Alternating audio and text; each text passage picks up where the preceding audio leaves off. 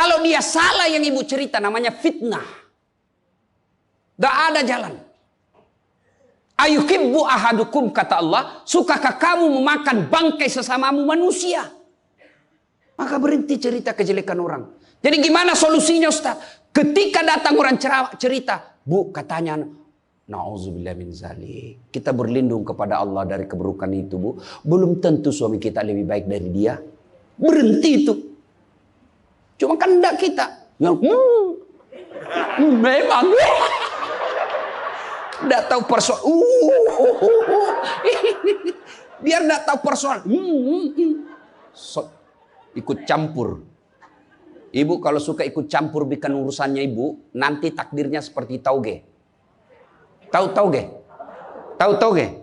Coba lihat tauge, Bu. Kita bikin soto Banjar, ada. Pecel, sayur, lemper, ada. Ada tuh kalau di Makassar ada lemper.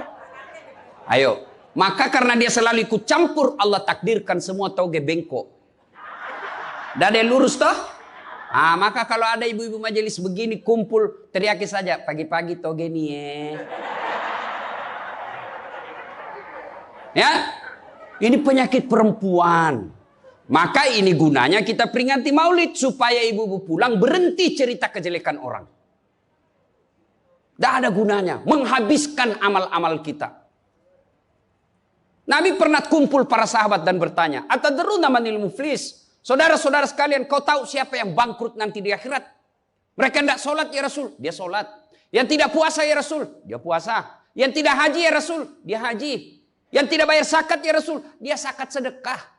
Kalau begitu siapa yang bangkrut ya Rasul? Jarusu wa khati'ur rahim. Tetangga yang jahat sama tetangganya dan yang suka memutuskan tali persaudaraan. Dan salah satu jahat sama tetangga dan memutuskan tali persaudaraan adalah mereka suka menceritakan kejelekan orang.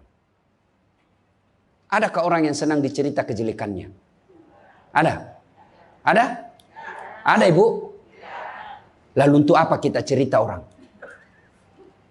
Rajin betul istrinya majelis taklim. Baik betul itu istrinya. Tapi kasihan suaminya selingkuh kiri kanan. Lalu apa untungnya ibu cerita? Bu? Hei. Hei. Nah, satu. Pulang pengajian. Tinggalkan gosip. Dua.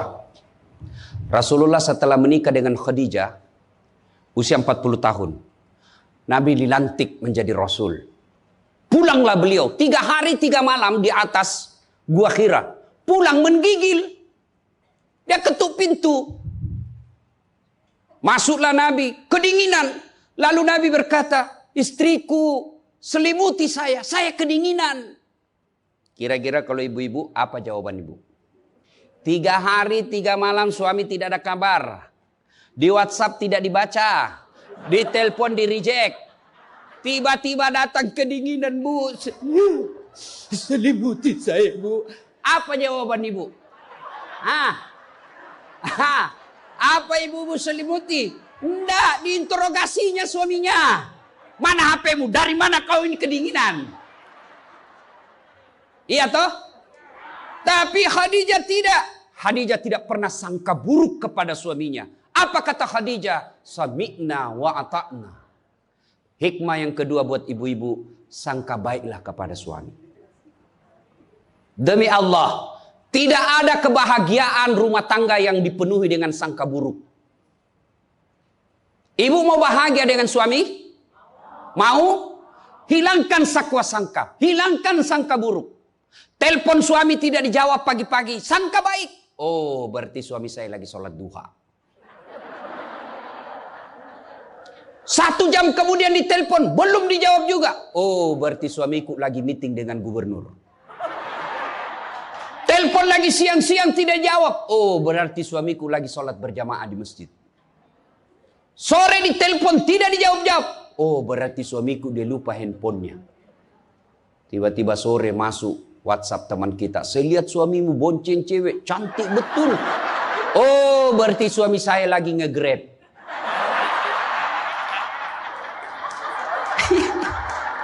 Perasaan. Ibu-ibu, demi Allah, Tidak ada kebahagiaan orang yang selalu sangka buruk. Suami enak-enak kerja, hanya tidak dijawab telepon, ibu tidak bisa tenang di rumah. Sangka baik. Orang yang sangka baik, rumah tangganya pasti tidak bisa bahagia. Saya kasih contoh. Kasih contoh ibu.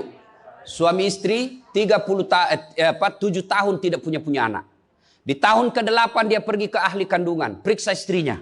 Wih, alhamdulillah kata dokter, ibu sudah terlambat 2 bulan. Senang betul. Dia teleponlah suaminya. Pak, alhamdulillah hasil pemeriksaan saya sudah terlambat 2 bulan. Tapi Pak, jangan cerita-cerita dulu ya. Malu kita nanti kalau tidak jadi lagi. Oke Bu, ini rahasia berdua. Jangan cerita ke siapa-siapa. Setuju Bu ya? Setuju Pak. Oke. Beberapa hari kemudian datang petugas PLN. Assalamualaikum. Kata ibunya, waalaikumsalam. Siapa ya? Saya Bu. Saya siapa? Petugas PLN. Oh kenapa Pak? Ibu terlambat 2 bulan. Wih. Kenapa dia bisa tahu saya terlambat 2 bulan? Wah, dia mulai curiga sama suaminya. Pasti kelakuannya lagi nih si gendut ini. Kan suaminya gendut. Pasti kelakuannya ini si gendut ini. Pulang suaminya capek. Di jalan macet, kehujanan, baru buka pintu. Memang kau pembohong gendut. Apalagi ini pembohong. Orang capek, pembohong gendut. Apa? Kenapa itu PLN tahu saya terlambat 2 bulan? Pasti kau yang cerita. Bukan saya. Kenapa? Wah, suaminya juga marah digendut-gendutin. Dia datang ke PLN. Ada apa kau tahu istriku terlambat 2 bulan? Dia bilang ini ada catatannya Pak. Kau hapus ini. Ya boleh Pak, tapi Bapak bayar dulu. Kalau saya tidak mau bayar, ya terpaksa punyanya Bapak diputus. Kalau punya aku diputus, apa dia pakai istri saya di rumah? Dia terpaksa pakai lilin.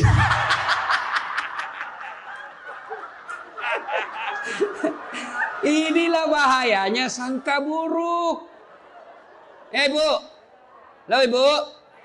Bu.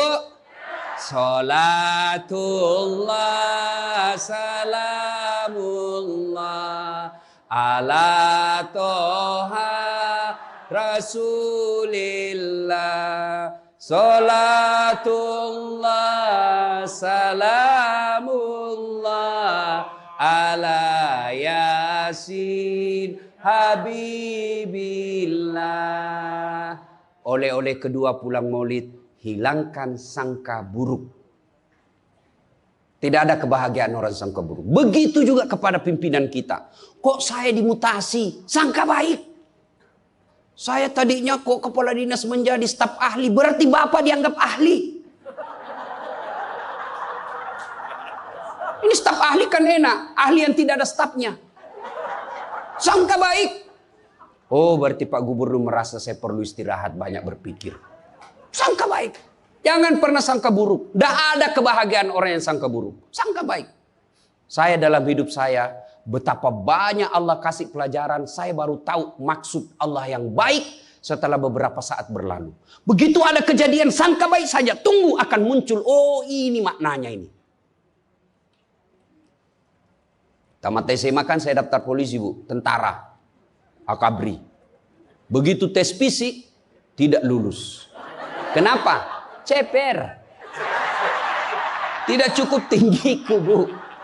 Saya protes kepada Allah. Ya Allah, kenapa kau lahirkan saya dalam keadaan pendek? Kau tidak jadi rugi jadi Tuhan kalau saya jadi tentara. Teman saya lulus waktu itu Bu. Dia sekarang polisi 2 bunga, reserse, baret merah. Saya lulus pakai baret putih. Alhamdulillah jadi ustadz. Alhamdulillah karena baret putih saya pakai, mulai baret hiram sampai baret merah, saya ceramai semua. Yang terbaik. Gubernur sebelumnya kepala dinas, tiba-tiba kita tidak ada jabatan, sangka baik. Itulah hidup. Jangan pernah sangka buruk. Begitu juga kepada suami, sangka baik. Tidak ada ketentraman bagi rumah tangga yang selalu disertai sangka buruk. Dan ibu enaknya jadi istri karena ibu tidak tanggung dosanya suami. Saya bilang sama istri saya, Mama Nyece. Kan ibu-ibu sekarang suka sekali periksa handphone. Untuk apa periksa handphonenya suami Bu? Coba jelaskan saya, untuk apa? Ayo, yang suka periksa handphonenya suami ini. Untuk apa ibu? Setelah tahu ibu mau apa? Ternyata besok-besok ada masalah yang tidak menyenangkan hatimu, apa yang kamu lakukan? Mau diceraikan, saya ceraikan kamu. Daripada kau menderita mendampingi saya, sudah, kita selesaikan baik-baik. Dan kau tidak mungkin. Kuceraikan kau pagi, sore saya sudah dapat. Nah sekarang apa maumu? Sakit hati aja. Ayah. Dan hebatnya perempuan Islam, kalian tidak menanggung dosanya suami. Kalian tidak akan menanggung dosa suami. Ya, beda kalau laki-laki. Kalau laki-laki, dosa istri kita tanggung. Kalau suami menanggung dosa istri. Istri tidak pakai jilbab, istri tidak sholat, istri tidak puasa, istri tukang gosip, istri suka keluyuran. Suaminya ditanggung dosanya nanti. Ku ampusakum wa ahlikum nara. Beda istri. Suami pezina, suami koruptor, suami narkoba, suami penjudi, suami tukang tipu. Ibu tidak tanggung dosanya suami. Itulah enaknya jadi perempuan Islam. Bahkan kalau dia sholat, dia puasa Ramadan, dia jaga harga dirinya, dia patuhi suaminya, kata Nabi, tadahulul jannati bisalam. Silahkan ibu mau masuk pintu surga mana saja. Makanya sangka baik saja, tidak usah sangka buruk. Ada ibu-ibu curhat sama saya tengah malam, Ustaz. Mohon solusinya Ustaz. Saya sudah tidak tahan. Kenapa ibu? Dia bilang, saya sudah tidak tahan. Saya minta solusinya Ustaz. Saya sudah tidak tahan. Memang kenapa? Saya ini sudah 21 tahun menikah Ustaz. Tidak tahan. Saya bilang dalam hati. 21 tahun tidak tahan. Inilah kadang-kala ibu-ibu kalau ngomong tidak masuk di akal. Ya memang Allah fitrahkan itu manusia. Laki-laki itu lebih banyak akalnya. Perempuan lebih banyak perasaannya. Maka kalau perempuan ngomel, dengar saja Pak. Tidak usah dijelaskan apa dia mau. Dengar aja. Karena memang dia cuma mau didengar. Dengar aja. Oh, ya, dengar aja, dengar. Tapi tidak tahan saya Ustaz. Ya tidur. Rumus menghadapi perempuan itu, ilmu paling efektif, sabar. Tidak ada sudah kalah itu ilmu sabar. Diam. Tidak usah dijelaskan. Biar dijelaskan tidak masuk di akalnya. Apalagi kalau dia sudah bilang pokoknya. sudah Pak. Lebih diam aja. Pokok sudahlah. Dijelaskan satu, muncul pertanyaan dua. Dijelaskan tuntas yang dua, muncul lagi pertanyaan tiga. Sudah tuntas semuanya, dia ungkap lagi yang 5 tahun yang lalu. Itulah perempuan. Iya ibu toh? Maka dengarkan saja. Ada saatnya nanti dia bilang, baru dia sadar itu. Iya sebenarnya itu saya emosi aja itu hari Pak. Begitulah perempuan. Dihadapinya jangan emosi. Saya sudah tidak tahan Ustaz. Kenapa? Sudah 21 tahun. Udah cocok saya Ustaz. Saya bilang ibu tahu enggak baut? Tahu Ustaz. Apa pasangannya baut ibu? Mur. Sama enggak? Sama modelnya? Sama bentuknya? Beda. Justru perbedaannya yang membuat dia kokoh. Berarti rumah tangga tidak akan pernah kokoh kalau mau menyamakan. Yang kokoh adalah ketika dia mau saling menerima kekurangan dan kelebihan. Itu pasti kokoh. Mana mau cocok jenis kelamin aja kita tidak sama. Iya. Pendidikan aja kita pasti beda. Latar belakang budaya kita pasti beda. Maka yang membedakan itulah kalau kita kelola dengan baik dalam rumah tangga, dengan faktor utamanya sangka baik, insya Allah bahagia rumah tangga. Ya, sangka baik. Tuh Khadijah tidak pernah sangka buruk sama suaminya. Khadijah ketika beliau sakaratil maut, usia 65, beliau sakit. Dan baju yang beliau pakai sudah 8 kali tambal. Tahu tambal ibu? Itu tambal ke-8-nya 1 sampai 7 Nabi masih menambalnya pakai apa? Masih pakai kain. Di tambalan ke-8 beliau pakai pelepah daun kurma. Kenapa? Habis kainnya Nabi. Padahal sebelum nikah beliau orang kaya. Lalu beliau panggillah anaknya, Fatimah ta'al. Fatimah ke sini dulu nak. Kenapa bunda? tolong kau mintakan serbannya bapakmu. Ada serban yang selalu dia pakai, bapakmu itu terima wahyu. Tolong sampaikan ke beliau, saya minta untuk saya jadikan kain kafan. Mudah-mudahan serban itu Allah hindarkan saya dari azab kubur. Mendengar ini, Fatimah berkata, bunda aja yang minta sama bapak. Dengar jawaban Khadijah. Saya malu minta sama bapakmu, nak. Habis hartanya untuk bantu Rasulullah, minta serban, malu. Kira-kira masih ada istri sini malu minta sama suaminya? Pak Gubernur, masih ada kira-kira malu minta sama suami? Bukan diminta, dicuri. Ayo, itulah Khadijah. Maka jangan heran Khadijah meskipun sudah wafat, beliau tidur bersama Aisyah. Beliau tidur bersama Aisyah. Tapi siapa yang dikenangnya? Khadijah. Rasulullah hanya berkata, seolah-olah saya mendengar trompa kakinya Khadijah. Seolah ada Khadijah dalam rumah kita. Aisyah cemburu. Ya Rasulullah, ada apa sih kelebihan Khadijah? Khadijah sudah wafat. Kau nikahi 2 kali janda. Lebih tua dari kamu. Kenapa Khadijah terus? Dengar jawaban Nabi. Kau tidak pernah mampu mengimbangkan, menyandingkan atau menyamakan dirimu dengan Khadijah. Ketika tidak ada orang percaya kepadaku, Khadijah orang pertama yang percaya ke Rasulanku. Ketika orang memboikot saya tidak boleh bertransaksi ekonomi kepada Muhammad, hartanya habis untuk membantu perjuangan dakwah. Maka jangan heran Rasulullah sangat mencintai Khadijah. Jadi kalau ibu mau dicintai suami lahir batin, jadilah seperti Khadijah. Bukan karena cantiknya, bukan karena kayanya, tapi kebersihan hatinya Khadijah. Kita itu laki-laki kan tergantung perempuannya. Kalau perempuannya baik, akhlaknya baik, tidak mungkin tergoda suami. Ibu mau? Suami tidak macam-macam mikirnya. 3 aja resepnya. Pegang ini, kau kuasai suamimu. 1, buat matanya senang. Artinya apa? Ibu penampilan cantiklah di depan suami. Kalau suami senang selalu pakai baju merah, pakai itu baju merah tiap hari. Kalau suami senang warna-warna emas, pakailah itu tiap hari. Ya. Tapi saya tidak senang warna begini Ustaz. Bukan untuk ibu, tapi untuk menyenangkan suami. Dandannya seorang istri, menyenangkan hati suami. Itu ibadah buat seorang wanita. Yang kedua, buat perutnya senang.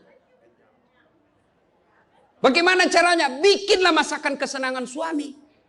Kalau tidak bisa tiap minggu, sekali sebulan. Ketika terima gajinya suami, terima honornya suami, ya WhatsApp suami, SMS suami, telepon suami. Bang, jangan makan di luar hari ini. Hari ini saya masak spesial buat abang.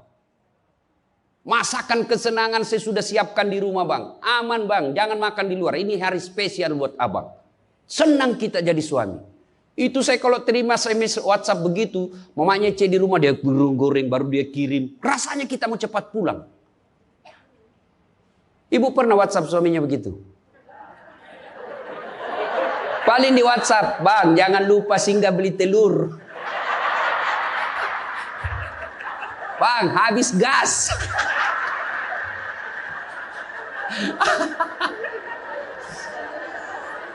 Kok tahu Ustaz? Ya saya rasakan juga. Pernah suatu kali Pak Gubernur pulang, saya ceramah takziah malam-malam di Makassar. Tiba-tiba masuklah WhatsAppnya mamanya C. Ustaz habis pembalut. Aduh. Tidak mungkinlah sopir saya suruh ini istri saya.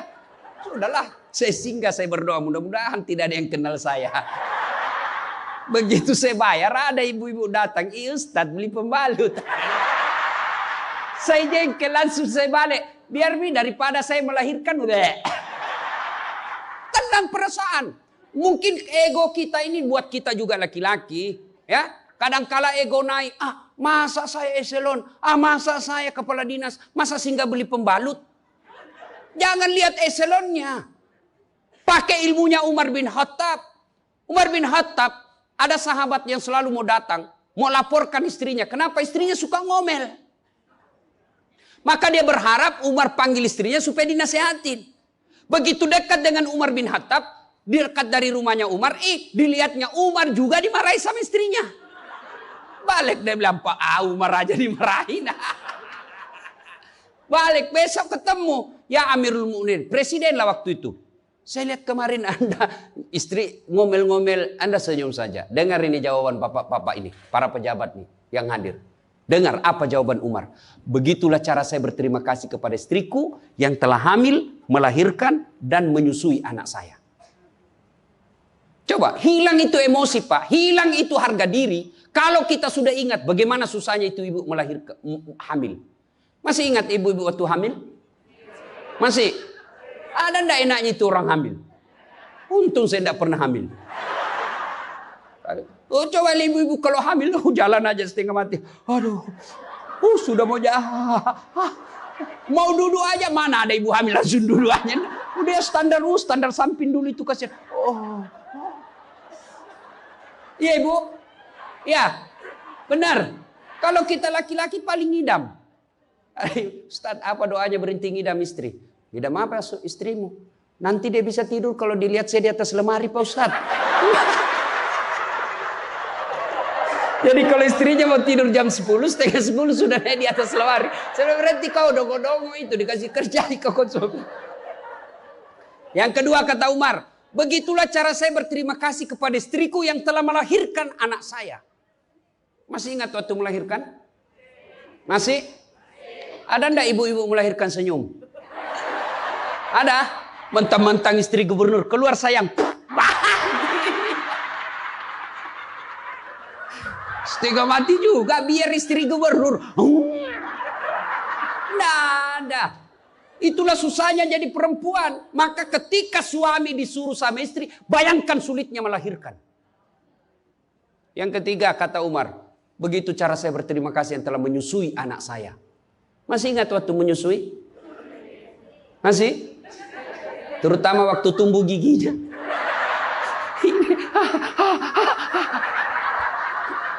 Masih ingat tak?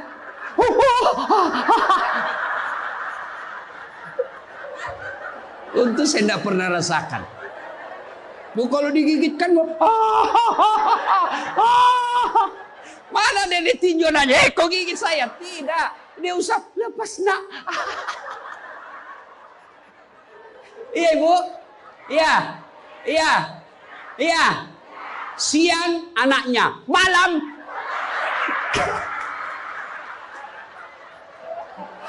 Salatullah, salamullah, ala toha rasulillah. Salatullah, salamullah, ala yasin. Berikutnya, kalau kita cinta kepada Rasul, jadilah istri seperti istri Rasulullah. Nah, tentu bertanya kita, itu bapak-bapak mau punya istri seperti istri Rasul? Pak Gubernur pasti mau. Kita punya mau istri seperti Khadijah. Tapi pertanyaannya, sudahkah kita seperti Rasulullah? Tenang ibu-ibu, saya bela ibu-ibu hari ini. Tenang, tenang. Nah, kita mau seperti Khadijah, tapi kelakuan kita seperti Abu Jahal. Pembohong kiri kanan. Suami istri minta duit, tidak pernah ada. Benar, tidak ada. Habis biar baunya tidak ada lagi. Giliran selingkuhannya minta, gampang deh, tunggu aja 5 menit. Ya, Rasulullah, coba, begitu memuliakan istri, beliau tidak pernah kusam rambutnya di depan istrinya. Coba itu, buka itu Barasanji sejarahnya. Rasulullah beliau yang bersihkan tempat tidurnya. Beliau yang tambal bajunya ketika robek. Beliau sediakan sarapan.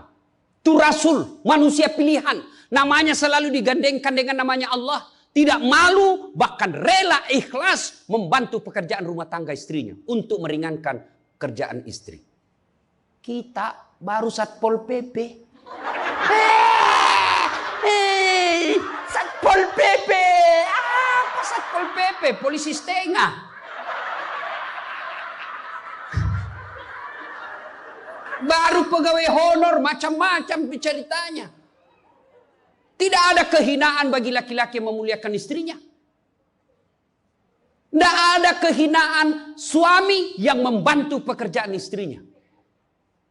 Rasulullah mencontohkan itu. Beliau kalau keluar rumah sudah ada sisir. Masuk ke kamar rapi baru keluar. Kita sudah habis pisang goreng 4 masih berantakan rambut. Begitu istrinya katakan, bang, baik-baik itu rambutmu apa? Kenapa kau urus rambutku? Rambutmu kau urus. Itulah Rasulullah. Rasulullah subhanallah, dari 11 istri beliau tidak ada satupun yang dia panggil namanya. Beliau tidak pernah memanggil Khadijah. Beliau tidak pernah memanggil Aisyah. Aisyah beliau panggil apa? Ya Khumairah. Yang kemerah-merahan pipinya. Karena memang Siti Aisyah merah delima pipinya. Maka bapak-bapak Pak di sini, Pak Karo, panggillah istri kita dengan panggilan kasih sayang. Wahai istriku yang termancung hidungnya di lorong 3. Dia bilang, tidak mancung hidungnya Ustaz. Ya giginya lah kau lihat. Justru giginya mancung Ustaz. Jangan terlalu jujur. Mentang-mentang istri kita hitam panggil Tam. Hitam. Apa kata istri kita? Apa PC?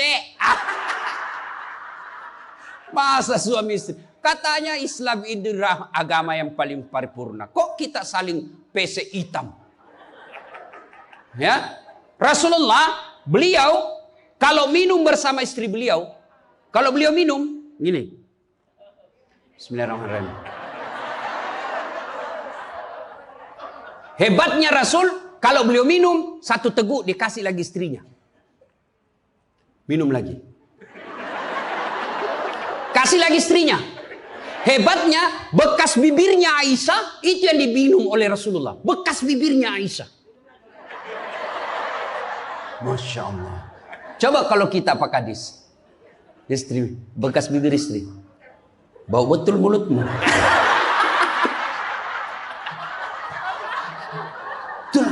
Maka kalau ibu bapak mencontoh Rasulullah, maka rumah tangga pasti bahagia. Dia bukan cuma surga akhirat menunggunya. Di dunia dia sudah dapatkan surga. Nggak usah ikut parenting. Quality time. Apa itu? Belajar saja sama diri Rasulullah. Kita ini sudah miskin di dunia. Rumah tangga kita kadang-kadang ngontrak-ngontrak. Tidak tahu lagi kewajiban istri kepada suami. Suami tidak tahu kewajiban kepada istri. Maka di dunia dia susah sanggara. Di akhirat apalagi nanti. Maka kalau kita tidak bisa dapatkan kekayaan sorga di dunia dengan harta, maka dapatkan kebahagiaan itu dengan memperbaiki hati dalam rumah tangga. Suami tahu kewajiban kepada istri, istri pun melaksanakan tugasnya kepada suaminya. Itu Rasulullah. Rasulullah subhanallah, manusia mulia tidak pernah menghina istrinya. Maka jadilah suami seperti Rasulullah Muhammad SAW. Ibu bapak saudara-saudara sekalian. Suatu kali Umar bin Khattab menangis. Tiba-tiba ketawa lagi. Menangis lagi. Datanglah sahabat bertanya. Wahai Umar, kau sudah gila apa? Umar waktu itu sudah jadi presiden. Beliau katakan, bagaimana saya tidak ketawa? Saya mengingat waktu sebelum datang Muhammad SAW. Saya pernah memakan Tuhanku. Dia bikin berhala dari roti, lalu dia makan itu Tuhannya. Dia bilang, bayangkan hebatku dulu sebelum ada Muhammad, Tuhan pun saya makan. Kan dia ketawa. Lalu kenapa engkau menangis ya Amirul Mukminin? Saya bayangkan sebelum Nabi Muhammad SAW datang di tengah-tengah kita. Saya pernah mengambil anakku yang masih orok, merah, saya rebut dari istriku, lalu saya bawa ke belakang rumah, saya gali pasir, saya tanam sendiri anak perempuanku itu. Lalu saya timbun, saya lompat-lompat di atasnya. Karena saya anggap ini perempuan anak pembawa sial. Begitu zaman jahiliyah. Alhamdulillah setelah ada Muhammad. Mampu melahirkan kita seperti sekarang ini. Bisa membedakan yang hak dan yang batil. Berarti Rasulullah dikenang kehebatannya. Karena berhasil memimpin. Mengarahkan umatnya. Dari jahiliyah menjadi seperti yang kita nikmati sekarang ini. Berarti Pak Gubernur, kalau Bapak ingin dikenang sebagai pejabat, bukan hanya memperbaiki diri, tapi memperbaiki rakyat Sumatera Selatan. Dan alhamdulillah saya senang sekali mendapat berita Bapak punya program yang sangat memuliakan kebaikan. Bukan Islam, kebaikan. Satu desa, satu lurah, satu rumah tahfiz. Meskipun Bapak sudah tidak menjabat sebagai gubernur, selama rumah tahfiz itu dimanfaatkan, maka itu akan menjadi amal kebaikan dunia sampai di akhirat. Tapi percayalah, tidak mungkin Pak Gubernur hebat tanpa didukung sama istri. Tidak mungkin. Ini istri tidak kelihatan perannya, tapi menentukan SK. Benar. Biar Pak Gubernur senang sama Bapak, kalau istri Pak Gubernur tidak senang, berpengaruh itu tanda tangan. Memang sudah itu begitu yang namanya kehidupan manusia. Saya juga tidak bisa hebat ceramah begini kalau istri saya tidak mendukung. Saya mau bikin naskah, digangguinya saya. Bikin sama bapakmu, cepat kau ambil itu. Nangis sana, mana bisa kita bikin naskah? Begitu kita mau ceramah, dia curi kita punya naskah. Apa? Mana bisa? Allah Subhanahu wa Ta'ala berfirman, mana sudah ini? Mana naskah kita? Maka yang terpenting kembali dalam maulid kali ini, mari jadikan rumah tangga kita sebagai pintu sorga, meraih sorga yang sebenarnya. Jangan berpikir di dunia tidak ada sorga. Kita kan selalu berdoa, fid dunya hasanah, wa fil akhirati hasanah. Selamat di dunia, selamat di akhirat. Apa itu fid dunya hasanah? Menurut para ahli tafsir Al-Quran, hasanah di dunia itu, sorganya dunia itu, mengandung 4 komponen. 1, punya pasangan yang baik. Jadi kalau istri bagus agamanya, suami bagus agamanya, suami bagus akhlaknya, istri bagus akhlaknya, sudah 1 komponen surga didapat. Yang kedua, punya anak yang soleh dan soleha. Tidak ada gunanya pangkat jabatan kalau anak kurang ajar. Ibu-ibu nih, kalau ibu meninggal siapa yang doakan? Suami. Tidak bakal, dia kawin lagi. Siapa yang doakan? Anak. Maka berhasilan ibu, saya setuju dengan pernyataan Pak Gubernur. Kalau mau hebat ini provinsi kita, ibu-ibunya harus menjadi pesantren pertama. Sayang, seribu sayang, ibu-ibu sekarang banyak yang gagal mendidik anak. Dihormati di luar, dimuliakan di kantor, sampai di rumah dimaki-maki sama anaknya. Itu siapa yang gagal? Ibunya. Kita kadang-kala bahagia, hebat kalau anak kita pintar bahasa Inggris. Hebat anaknya Ustadz, pintar bahasa Inggris. Apa hebatnya? Banyak yang bisa begitu. Masa banyak Ustadz? Ya sudahlah, ke Inggris lihat itu anak-anak di sana. Anak-anak di sana semua pakai bahasa Inggris, Bu. Memangnya kalau ibu nanti meninggal, anak berdoa pakai bahasa Inggris? Oh my God. Please help me my mother. Enggak. Pasti pakai bahasa Padang. Kepado, lindungi lo. Pasti. Ya, maka ibu-ibu didik anak. Yang ketiga komponen punya surga dunia, apa itu? Punya harta yang bermanfaat, bukan harta yang banyak. Mana harta yang bermanfaat? Harta yang banyak digunakan orang lain menjadi amal soleh-soleh, amal jariah. Bu-ibu nih, yang punya emas berlian, cincin. Ayo ibu, kalau ibu meninggal siapa yang punya itu? Siapa? Anak, istri kedua. Bukan anak, istri kedua yang pakai. Maka sedekahlah sebelum tiba saatnya. Dan yang keempat, surganya dunia, punya teman yang baik. Bukan teman kepentingan politik dan kekuasaan. Teman yang baik itu meskipun kita sudah pensiun masih baik sama kita. Meskipun kita sudah miskin masih baik sama kita. Itulah teman yang baik. Dan nerakanya dunia ketika kita punya jabatan, banyak teman kita, pas kita hilang jabatan, semua menjauh dari kita. Itu nerakanya dunia. Nah ibu bapak saudara-saudara sekalian, mari mewujudkan ini melalui maulid. Maulid ini tidak ada guna kalau kita pulang tidak diamalkan. Minimal amalkan dengan menjadi suami yang baik dan istri yang baik. Terakhir, kalau kita mencintai Rasulullah, maka kita ikuti sunnah-sunnahnya. Apa sunnah? Yang gampang-gampang, tidak usah berat-berat. Mulai hari ini, oleh-oleh khusus ibu, kapan dan dimanapun selalu ada wudhu. Coba ibu amalkan. Bapak-bapak pegawai, bapak mau pergi kerja wudhu dulu. Mau pergi jemput anak, wuduk dulu. Mau pergi pengantin, wuduk dulu. Mau pergi kemana saja, ikuti Pak Gubernur yang katanya tidak ada liburnya. Ya, sudah ikuti dengan ada wuduk. Orang yang selalu ada wuduknya, innallaha yuhibbut tawwabina wa yuhibbul mutattakhirin. Dicintai oleh Allah Subhanahu wa taala. Ibu bapak saudara-saudara sekalian, banyak yang ingin kita sampaikan, tapi waktu jualah yang membatasi kita. Insya Allah lain waktu dan kesempatan kita akan lanjutkan.